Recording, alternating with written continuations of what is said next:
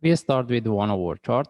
First of all, if we refer to our analysis in my last video, we mentioned when the price was here, we mentioned we can expect the price to get the drop because the way it's moving is really corrective, and this is exactly what we get. But there was no opportunity to look for sell unless someone trade based on lower time frame. Anyway, we do the analysis based on 1 hour forwards and the daily chart, because based on lower time frame it can simply change. And traders, if they want trade based on 15 minutes, they can use a higher time frame analysis and then trade based on 15 minutes. Similar to what we mentioned here, we can expect the price to drop, and based on 1 hour chart there was no trade setup. Okay, in this case no one see what's the next and how we can look for trade. In this case we move to daily chart. As we can see, based on daily chart, we have been within this down move. Now we want to see how we can look for trade and whether this is the only correction and we can look for the reversal, or it can turn to more complex correction before we get the reversal. Mostly we can expect this one turn to more complex, not this just what we have. Okay, anyway, no one see how we can look for trade. Anyway, even if this one turn to more complex, we can look for trade, all right, as a short-term trade. And if we move to 1 hour forward chart, as we can see, for me, the price almost like 90.2, which is based on the fib and the percentage of this move. That's mean from now, any reversal, if we get, we take the trade.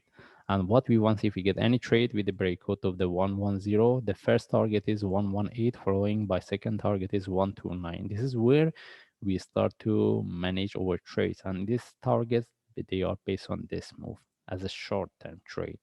And if we move to 1 hour chart, for me right now, if I get any reversal with a sharp move flag, I will take the trade. That's mean if I see any reversal as a sharp move flag, I will take the trade.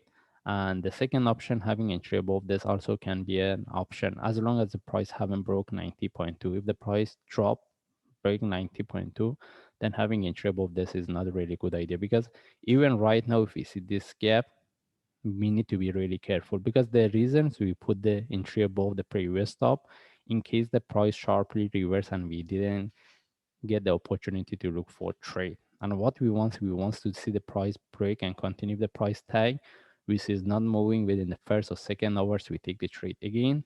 Whoever going to have entry above this, they should know about the risk, because the simply price tag and reverse. All right. And as I mentioned, we want to see the breakout within the first or second hours, not longer than that. Okay.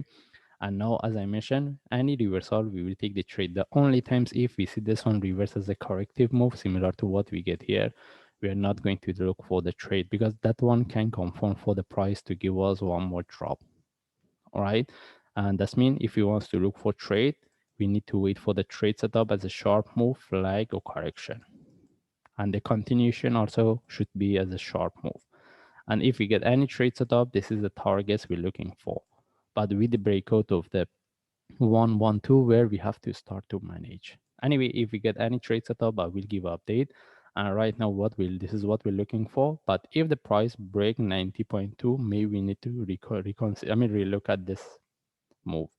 Maybe that times we cannot put this one in relative to this. Anyway, right now we're following this one. We want to see whether this one can give us a reversal or not. And as I mentioned, if this one turns to a corrective move similar to what I draw here, we can look for sell, but as a short-term sell. For longer term, we're looking for buy.